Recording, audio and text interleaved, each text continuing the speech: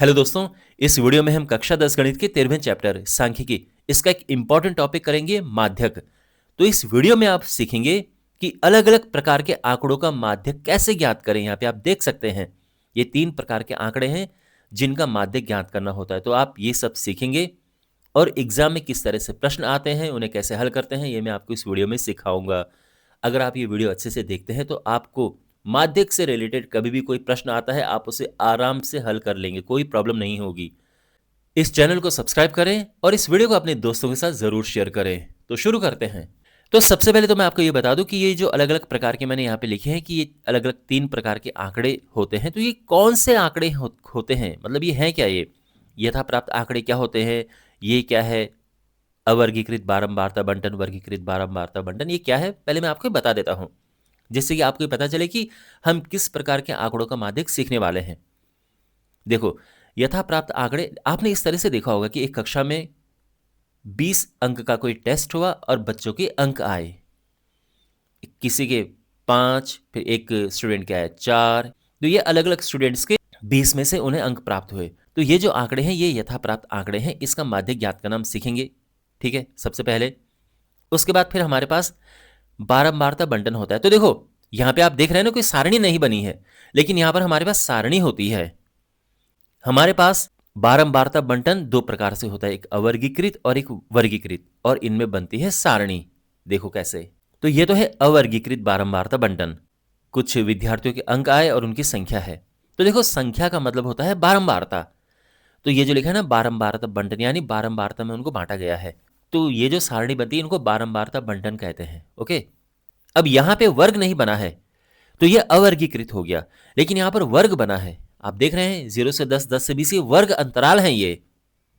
तो ये वर्ग बने हैं तो इसको कहते हैं वर्गीकृत बारंबारता बंटन। तो सबसे पहले करते हैं, जब हमारे पास इस प्रकार के आंकड़े होते हैं यथा प्राप्त आंकड़े, यानी जब सारणीबद्ध नहीं होते आंकड़े, उनका माध्य कैसे ज्ञात करते हैं। तो पहले मैं फॉर्मूला लिख देता हूं, फिर हम क्वेश्चंस करेंगे।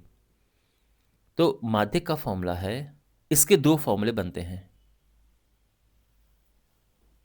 और और जो 2 फॉर्मूले हैं ये इस बात पर निर्भर करता है कि जो आंकड़े हमारे पास हैं उनकी कितनी संख्या है, जो प्रेक्षण है उनकी कितनी संख्या है। जैसे कि एक कक्षा में 5 विद्यार्थी हैं, उनके अंक आए हैं जैसे 4, 9, 3, 2, 6, और हमने इसका माध्य ज्ञात करना है। तो कितने विद्यार्थी हैं? 5 विद्यार्थी हैं। 5 का मतलब यह है कि यहां पर जो प्रेक्षणों की संख्या है वो है विषम संख्या है। ओके, तो इस केस में जो फॉर्मूला बनता है ये है n+1/2 प्रेक्षण। ये किस केस में है? जब n विषम हो। और यहीं पे अगर जो प्रेक्षणों की संख्या है ये होगी 6, यानी एक और स्टूडेंट है जिसके 7 अंक आए हैं, तो अब ये विषम नहीं होगा, अब प्रेक्षणों की संख्या हो गई है सम। और अगर आपके पास ऐसा प्रश्न आता है तो क्या फॉर्मूला बनता है? अब ध्यान से देखो, ये n/2 प्रेक्षण प्लस n/2 + 1, ध्यान रखना ये इस प्रकार से है, n/2 + 1 प्रेक्षण। अभी मैं आपको एग्जाम्पल कराऊंगा तो आपको आराम से समझ आ जाएगा, चिंता वाली कोई बात नहीं है। ये फॉर्मूला कब लगता है? जब n सम हो। ठीक है, अब एक उदाहरण करते हैं। हमने ज्ञात करना है कि माध्यक क्या होगा। तो कैसे करेंगे? सबसे पहले तो हम इसको इंक्रीजिंग ऑर्डर में, बढ़ते क्रम में इनको व्यवस्थित करेंगे, आरोही क्रम हम जिसे कहते हैं। तो यहाँ पे हम लिखेंगे कि संख्याओं को, यानी जो आंकड़े हैं उन्हें आरोही क्रम में व्यवस्थित करने पर या बढ़ते क्रम में लिखने पर, या आसान तरीके से अगर आप लिखना चाहें बढ़ते क्रम में लिखने पर, तो सबसे पहले आएगा क्या? 0 जो सबसे छोटा है, फिर 3, 4, 4, 6, 7, 8, फिर है 10, फिर है 15। 1, 2, 3, 4, 5, 6, 7, 8, 9, 1, 2, 3, 4, 5, 6, 7, 8, 9। ठीक है, ओके। अब यहाँ पे प्रेक्षणों की संख्या क्या है? ये है, या सिंपली लिखो विद्यार्थियों की संख्या, आप ऐसे भी लिख सकते हो। ठीक है, तो प्रेक्षणों की संख्या है n, और ये क्या है, ये है विषम, है कितनी, पहले 9 है और ये है विषम। तो इसीलिए जो माध्यक का फॉर्मूला बनेगा वो आएगा कौन सा, विषम वाला। ओके, n+1/2 वहां प्रेक्षण, ठीक है। n इसमें 9 है, 9+1/2 वहां प्रेक्षण। अब इसको हल करेंगे, 9 और 1 10 हुआ, 9 और 1 हुआ 10, 10 को अगर हम 2 से भाग देते तो आता है 5, तो ये है 5वां प्रेक्षण। ओके, और 5वां प्रेक्षण कौन सा है, 1 2 3 4 5, ये है 5वां प्रेक्षण। तो यानी आंसर आ चुका है 6। समझे, इस प्रकार से ये प्रश्न होगा।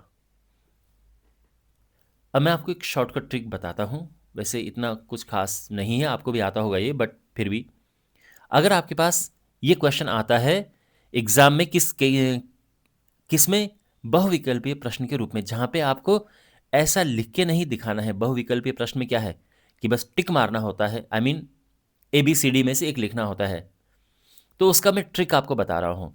सबसे पहले तो बढ़ते क्रम में लिखना ही लिखना है, लेकिन उसके बाद क्या करो, साइड साइड के काटो, ये और ये कटा, ये और ये कटा, ये और ये कटा, मतलब साइड साइड से छोड़ते जाओ, ये और ये गया, और बीच में जो बचा वो आंसर होगा। तो बीच में 6 है ना, तो ये हमारा आंसर है। आप इस प्रकार से करना जब आपके पास विषम हो प्रेक्षणों की संख्या। समझ गए आप। अब लेते हैं दूसरा उदाहरण जिसमें प्रेक्षणों की संख्या, अब इस बार हम सम लेंगे। दूसरा उदाहरण है, और एक कक्षा में एक 10 अंक का कोई टेस्ट लिया गया और कुछ विद्यार्थी हैं जिनके ये अंक आए हैं। हमने उनके अंकों का माध्यक ज्ञात करना है। कैसे करेंगे, तो सबसे पहले हम लिखते हैं कि प्रेक्षणों की संख्या क्या है। पहले तो इसको बढ़ते क्रम में लिखो,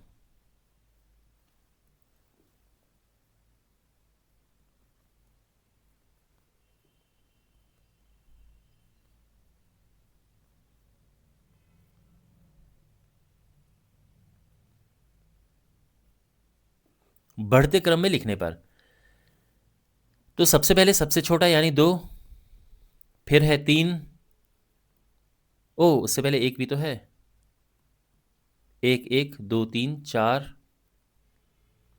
6 7 9, 1 2 3 4 5 6 7 8, ठीक है।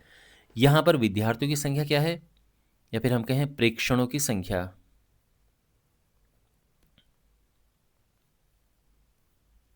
ये अलग अलग प्रेक्षण है, ठीक है। तो प्रेक्षण इन्हें कहते हैं, ये एक प्रेक्षण ये है, एक ये है, इस तरह से। तो प्रेक्षणों की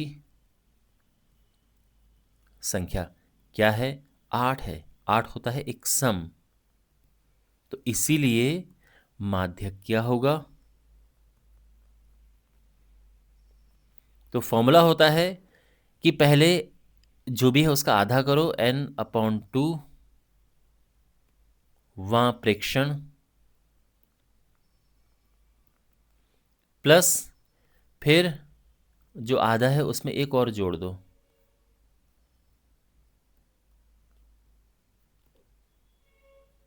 प्रेक्षण बटे 2। ओके, n क्या है यहाँ पे, 8 है, तो ये हो जाएगा 8/2 वहां प्रेक्षण, प्लस 8/2 + 1 वहां प्रेक्षण बटे 2। 8/2 होता है 4, चौथा प्रेक्षण। चौथा प्रेक्षण इसको ऐसे लिखा जाता है ना, 4वां। आप इसको ऐसे भी लिख सकते हो 4th, कोई प्रॉब्लम नहीं है, ठीक है ना। ये अगर आप इससे कंफर्टेबल हो आप ऐसे लिखो, और अगर आपको इस तरह से लिखना है तो आप ऐसे लिख सकते हो 4वां, प्लस अब ये देखो, भाग देंगे हम तो 4 बार कटेगा, 2 चौको 8 और 4 में 1 प्लस कर देंगे 5 हो जाएगा। तो हमेशा अगर ये चौथा है तो ये पांचवा होता है, ये पांचवा है तो ये छठा होता है, इस तरह से। पांचवा प्रेक्षण बटे 2। ओके, तो क्या होगा? चौथे नंबर पे क्या है? 1 2 3 4 यानी 3 है। पांचवें नंबर पे क्या है? 1 2 3 4 5, मतलब जो चौथा है उसके बाद वाला पांचवा। 7/2 और ये आया 3.5 और ये हमारा आंसर है। ओके, और इसका क्या है शॉर्टकट ट्रिक? जैसे इसका तो आपने सीखा था इस वाले का, इसका क्या है? तो यहाँ पर पहले हम इसको बढ़ते क्रम में लिखेंगे, फिर वही है, साइड से हटाते जाओ, इससे ये हटा, ये और ये हटा, ये और ये हटा। अब बीच में जो दो बच गए हैं उनको प्लस करो और 2 से डिवाइड कर दो, तो ये आंसर आ जाएगा। समझ गए? तो जब आपके पास इस प्रकार के आंकड़े होते हैं तो इनका माध्य कैसे ज्ञात करते हैं, मुझे उम्मीद है कि आपको समझ आ गया होगा। अब हम सारणीबद्ध करेंगे जिसमें जो अवर्गीकृत है। अब हमारे पास है अवर्गीकृत बारंबारता बंटन, और हमने याद करना है इसकी इस ऐसे प्रश्नों में जब आंकड़े इस प्रकार से होते हैं माध्य कैसे ज्ञात करते हैं। तो देखो, पहली बात तो ये है कि फॉर्मूला सेम यूज होगा। कौन सा वाला? ये वाला। जो फॉर्मूला यहाँ पे है सेम फॉर्मूला यहाँ पर यूज होता है। ओके, तो ये तो ठीक है कि फॉर्मूला सेम है। अब क्वेश्चन लेते हैं एक। तो एक पार्क में कुछ लोग आते हैं और उनके लिए शुल्क है। शुल्क क्या है कि अपनी मर्जी से 10-20 रुपए जो भी पार्क में जमा कर सकते हो। तो फिर 19 लोग मान लो उस पार्क में आते हैं घूमने, जिसमें 4 लोग 10-10 रुपए देते हैं, 3 लोग 20-20 रुपए, 6 लोग 30-30 रुपए देते हैं, और इस प्रकार से है। तो प्रश्न ये है कि जो वो पैसा दे रहे हैं उसका माध्यक क्या है, हमने ज्ञात करना है माध्यक इसका।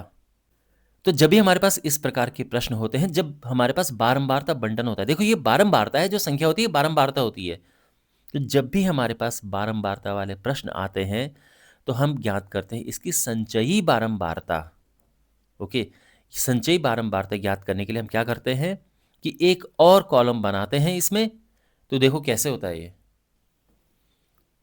तो ये प्रश्न हमने यहाँ पे दोबारा लिख दिया है, मतलब ये हम हल कर रहे हैं, और इसमें एक और कॉलम हमने बनाया संचयी बारंबारता के लिए। तो संचयी बारंबारता कैसे ज्ञात करते हैं? देखो, ये 4 है, 4 का 4 यहाँ पे आ जाएगा। ओके, फिर हम क्या करेंगे, इसमें ये जोड़ेंगे, जो भी ये है ये बिल्कुल एज इट इज़ लिख दो ये फिर इसमें ये जोड़ के और ये लिखो। तो इसमें ये जोड़ा क्या हुआ? 7। फिर इसमें ये जोड़ के और ये लिखो, 7 और 6 13। फिर इसमें ये जोड़ो, ये लिखो यहाँ पे 18। फिर इसमें ये जोड़ के ये लिखो 19, और ये बिल्कुल एक जैसा आना चाहिए। तो संचय बारंबारता कैसे ज्ञात करते हैं समझ आ गया आपको? इसको एज इट इज लिखो और फिर यहां से और इसके साथ जोड़ना शुरू करो।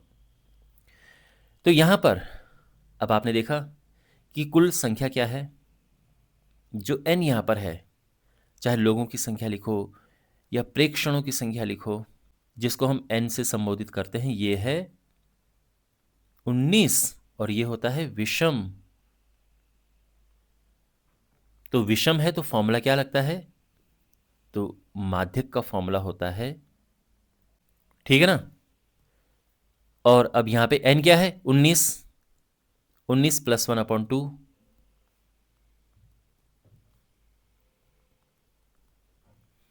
और ये हल करके आता है 19 + 1 वह 20, 20 में 2 से भाग देंगे 10, 10वां प्रेक्षण। और क्या है 10वां प्रेक्षण क्या है? यहां पे अब देखो ये इंटरेस्टिंग, 10 किसके अंडर में आ रहा है इसमें? संचय बारंबारता देखो, 10 किसके अंडर में आ रहा है? तो 10 आ रहा है इसके अंडर में। ओके, सातक ये है, लेकिन 8 9 10 11 12 13 सब इसके अंडर में है, तो इसका आंसर है 30। आंसर ये होगा, ध्यान रखना, 30 रुपए। तो ये आंसर आ जाएगा 30। आप समझे? यहां पे हमने क्या किया कि ये देखा कि जो ये आया है हम इस तरह से लिख रहे हैं कौन सा नंबर का प्रेक्षण आया है, उसके बाद फिर इसमें देखो कि किसके अंडर में आ रहा है वो, और वो ये आंसर नहीं होगा, आप तेरा आंसर मत लिख देना। जो ये है, ये कौन सा शुल्क है, मतलब आंसर तो इनमें से ही एक होगा, आंसर जो होगा वो तो इसमें से ही होगा। हमने क्या ज्ञात करना है कि ये जो लोग पैसा दे रहे हैं, शुल्क दे रहे हैं, उस शुल्क का माध्यक क्या है, तो वो शुल्क में से ही आएगा, आंसर यही होगा। लेकिन किसके अंडर में है, इसका ये वाला आएगा, तो ये है 30। इस तरह से मुझे उम्मीद है कि आपको समझ आ गया होगा। अब हम लेते हैं ऐसी, अब हम लेंगे यही इसी प्रकार का प्रश्न लेंगे, लेकिन इस बार प्रेक्षणों की संख्या सम में होगी। अब इस बारी जो पिछले प्रश्न में कुछ जो आंकड़े थे मैंने थोड़ा सा चेंज किया है, जिससे कि ये सम हो जाए, ठीक है। 8 2 10 14 19 20, तो यहाँ पर जो प्रेक्षणों की संख्या है वो सम संख्या है। और अब माध्य कैसे निकालेंगे मैं आपको बताता हूँ। तो सबसे पहले तो वही आएगा कि इसको हमने लिखा, और ये जो संख्या है ये हमने ये लिख दी। अब पहले हम इसकी संचय बारंबारता ज्ञात करेंगे। तो कैसे ज्ञात करते हैं, ये बिल्कुल यहाँ पे आएगा एज इट इज। अब इसका और इसको प्लस करते हैं, ठीक है, ये तो सीधा जाएगा, लेकिन इसका और इसका प्लस होके यहाँ पे आएगा 10, फिर ये प्लस होके यहाँ पे आएगा, फिर ये इसके साथ प्लस होके यहाँ पे आएगा, फिर ये इसके साथ प्लस होके यहाँ पे आएगा, और टोटल ये होना चाहिए। यहाँ तक ठीक है। अच्छा, अब यहाँ पर प्रेक्षणों की संख्या क्या है, 20 है, और ये होता है सम। अब सम है तो फॉर्मूला क्या लगेगा, तो फॉर्मूला लगेगा वही, मैं दोबारा यहाँ पे लिख देता हूँ। अगर आपको फॉर्मूला याद है तो आप साथ साथ बोलो मेरे। पहले क्या आएगा, n/2, ओके, वहाँ प्रेक्षण प्लस, फिर जो n/2 है इसमें एक प्लस कर देते हैं,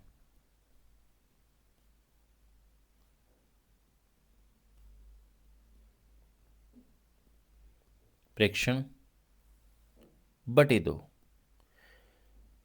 वैल्यू यहाँ पे पुट करेंगे। n 20 है, तो या तो सिंपली लिख दो 20/2 10 होता है 10वां प्रेक्षण, और हमेशा ये इससे एक ज़्यादा होता है 11वां प्रेक्षण, तो ये है 10वां प्रेक्षण प्लस 11वां प्रेक्षण बटे 2। 10वां प्रेक्षण क्या है, अब देखो 10वां प्रेक्षण कौन सा है, तो यहां पर अब यूज आएगा जो हमने संजय बारंबार तक याद किए। तो 10 इनमें से 10 किसके अंडर में आ रहा है, तो 10 इसके अंडर में आ रहा है, तो ये वाला कौन सा प्रेक्षण है, 20, ओके। 10वां प्रेक्षण की जब हम बात कर रहे हैं तो ये आएगा ये, यानी 20 प्लस 11वां प्रेक्षण, तो 11 किसके अंडर में, 11 अब इसके अंडर में है, तो इस बार हम लेंगे 30/2, और ये हुआ 50/2, और ये हो जाएगा 25, और ये हमारा आंसर है।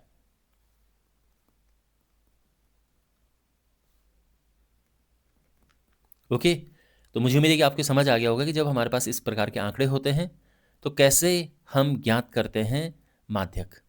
और अब हम करेंगे वर्गीकृत बारंबारता बंटन। वर्गीकृत बारंबारता बंटन का माध्यक ज्ञात करना है, तो सबसे पहले तो लिखते हैं इसमें फॉर्मूला। तो माध्यक होता है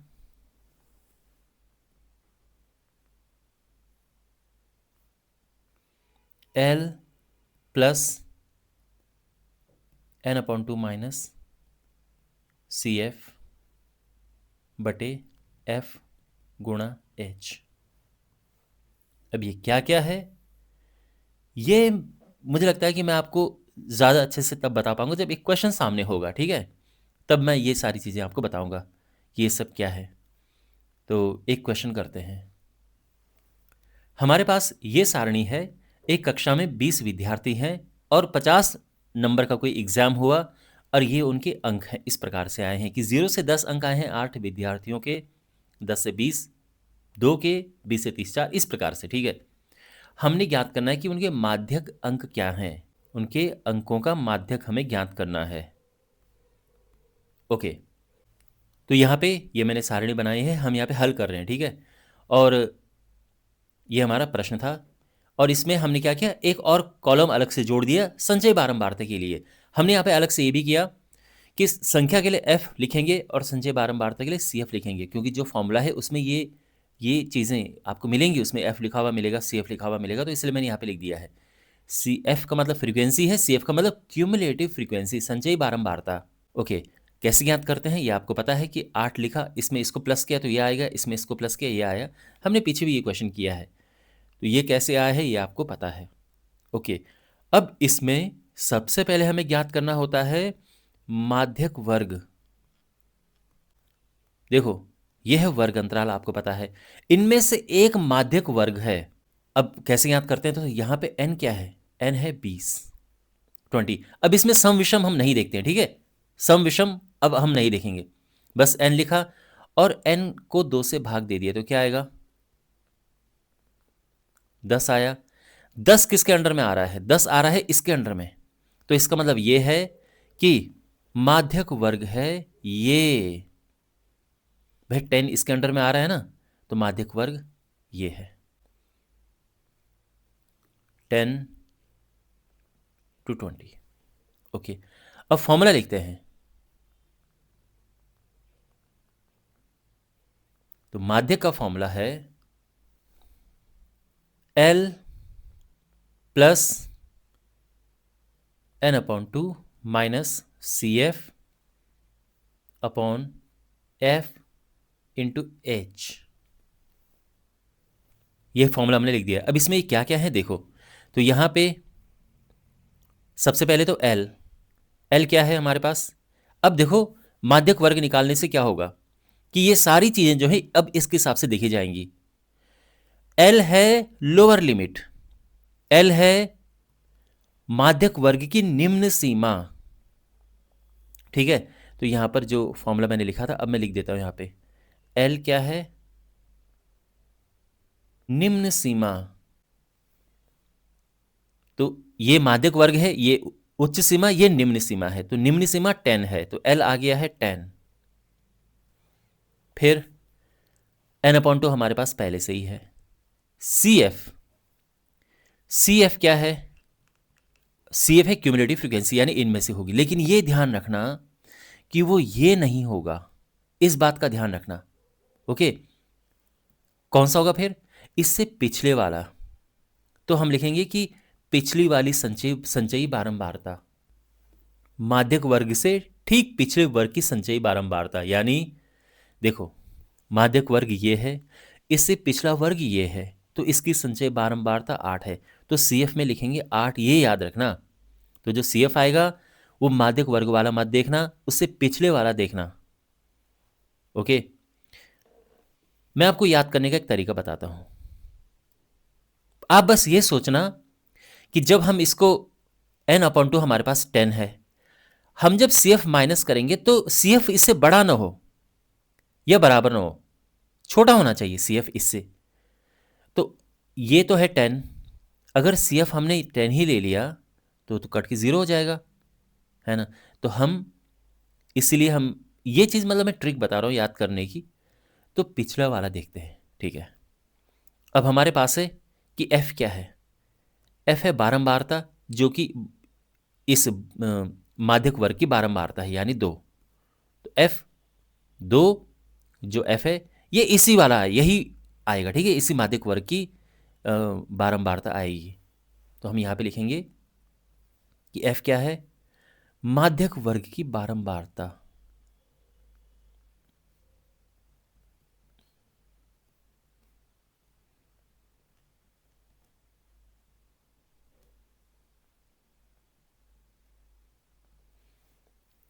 अच्छा, अब एफ हो गया, अब एच क्या है, एच है ये जो वर्ग अंतराल है ना इनका, ये अंतर, इसको हम ऊंचाई कहते हैं। तो इसमें से ये घटाओ या इसमें से ये घटाओ, तो क्या क्या कितने का अंतर है, ये 10 का है, तो ये है। तो सिंपली वर्ग अंतराल की जो ऊंचाई है, और ये इसको वर्ग माप भी कहा जाता है, ठीक है। तो एच को हम ऊंचाई भी कह सकते हैं, वर्ग अंतराल की ऊंचाई, और या फिर वर्ग माप भी हम कह सकते हैं। लेकिन ध्यान रखना, ये सब लिखने की आपको ज़रूरत है नहीं, ये बस आपके लिए मैंने लिख दिया है कि ये क्या क्या है। बाकी मुझे उम्मीद है कि आपको समझ तो आ ही गया होगा और सीधा आपको बस यही चीज़ें लिखनी है। तो अब हम माध्यक यहाँ पर ज्ञात करते हैं, तो इसीलिए माध्य क्या होगा, L है 10 plus n/2, n/2 10, CF 8 upon F2 into H 10। Simplify करेंगे हम, 10 प्लस ये माइनस करो 2/2, 1 10 प्लस 10 और ये आ गया है 20 और ये हमारा आंसर है। ठीक है, तो इस तरह से क्वेश्चन सॉल्व होगा। मुझे उम्मीद है कि आपको समझ आया होगा कि कैसे जब हमारे पास इस तरह से बारंबारता बंटन दिया होता है तो कैसे हम माध्यक ज्ञात करते हैं। ओके, कोई भी क्वेश्चन हो वर्ग अंतराल वाला, सेम फॉर्मूला यूज होगा, सेम आपको n/2 करना है। मान लो कि इसमें 19 होते टोटल, तो भी आप क्या करते, 19/2 ही करते आप, ठीक है ना। और ये आ जाता 9.5, 9.5 भी इसी के अंडर में आता, फिर बाकी कहानी एक जैसी होती, बस n/2 9.5 आ जाता, 9.5। तो मैं ये कहना चाह रहा हूँ कि इसमें सम विषम अब नहीं देखते हैं जब हमारे पास इस प्रकार से होता है वर्ग अंतराल। ओके, तो मुझे उम्मीद है कि आपको ये चीज़ समझ आ गई होगी। अब आपके पास कभी कभी ऐसी सारणी मिल सकती है जिसकी आपको माध्यिका ज्ञात करनी है, तो इसकी डायरेक्ट हम नहीं कर पाएंगे, उसके लिए हमें इसको नॉर्मल सारणी में बनाना है जिसमें वर्ग अंतराल होते हैं नॉर्मल, जैसे कि ये है। ठीक है, तो अगर हमारे पास ये सारणी हो, उसको हम एक सिंपल सी वर्ग अंतराल वाली सारणी में कैसे परिवर्तित करें, मैं आपको यहाँ पे अब बताता हूँ। ठीक है ना, क्योंकि इसे डायरेक्ट आप नहीं कर पाएंगे, आपको पहले इसको इसमें कन्वर्ट करना होगा, फिर जाके हम फॉर्मूला लगा पाएंगे। अब आप आराम से यहाँ पे समझिए कि शुरुआत कहाँ से हो रही है। 140 से कम ये है, फिर ये 145 से कम है, ये है, इस तरह से यहाँ पर ये दिया है। तो सबसे छोटा क्या है यहाँ पे, 140 से कम। अब कितना कम है ये तो नहीं पता, तो हम लिखेंगे यहाँ पे कि ये है 140 से कम।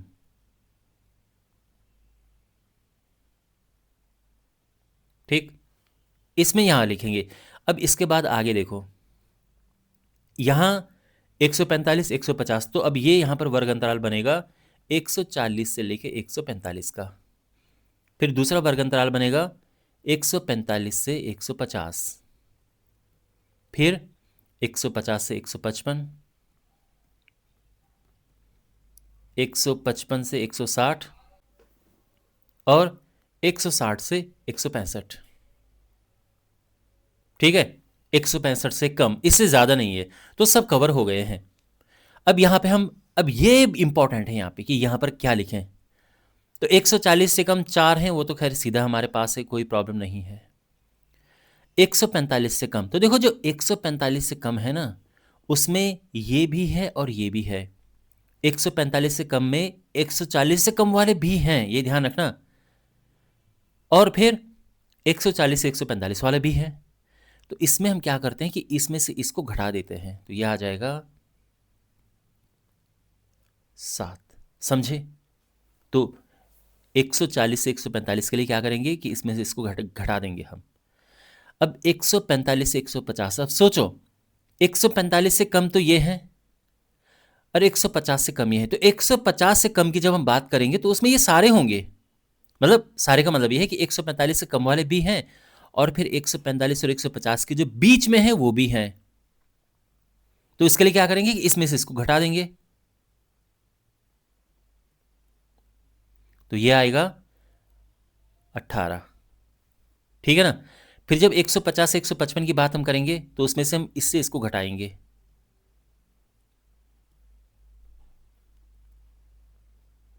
तो ये है 11।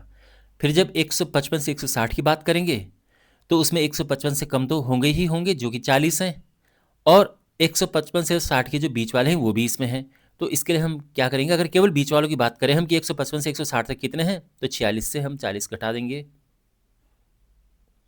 मैं दोबारा इसलिए बता रहा हूँ इस चीज़ को ताकि आपको अच्छे से समझ आए। और फिर जब 160 से 165 की बात करेंगे तो इसमें से इसको घटा देंगे, 51 माइनस 46 यानी ये है 5। ओके, तो ये है फ्रीक्वेंसी, मतलब जो ये है लड़कियों की संख्या। संचय बारंबारता के लिए क्या करेंगे, तो ये 4 है, इसमें इसको प्लस करेंगे यहाँ पे लिखेंगे, इसमें इसको प्लस करेंगे यहाँ पे लिखेंगे, तो ये है लगभग आपको यही देखने को मिलेगा। फिर इसमें इसको प्लस करेंगे, यहाँ पे लिखेंगे 46 51। ओके, और जो योग यहाँ पर है ये आ गया है। अब वही प्रोसेस हमारा है कि हम यहाँ पे n/2 करेंगे जो कि होगा 51/2 और ये आ जाएगा 26.5। इससे हमें माध्यक वर्ग पता चल जाएगा। 26.5 किसके अंडर में आ रहा है, इसके अंडर में आ रहा है। तो यानी जो माध्यक वर्ग है वो है ये।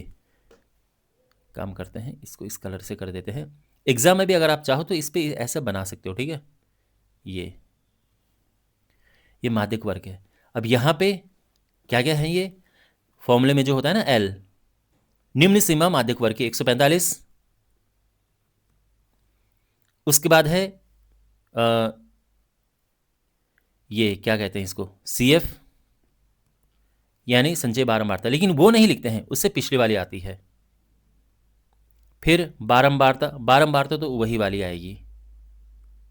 और H है इसकी माप, जो ये वर्ग है इसकी माप, तो 5 है, इसमें से इसको घटाओ 5, तो जो ऊंचाई है हर एक वर्ग की आप देखोगे 5 है, तो ये 5 आएगा। और अब फॉर्मूले में हम रख देंगे जो माध्यिका का फॉर्मूला है और आंसर आ जाएगा, ठीक है। तो अगर ऐसी सारणी हो तो उसको इसमें परिवर्तित करते हैं। और इसी के साथ होता है इस वीडियो का अंत। मुझे उम्मीद है कि आपको ये सब अच्छे से समझ आया होगा। इस वीडियो को लेके आपकी जो भी टिप्पणी, जो भी फीडबैक है, कमेंट बॉक्स में ज़रूर दें। इस चैप्टर के बाकी वीडियोस के लिए अपने सामने प्लेलिस्ट पे क्लिक करें और अपने दोस्तों के साथ ये वीडियो ज़रूर शेयर करें। तो मिलते हैं अगले वीडियो में, टेक केयर।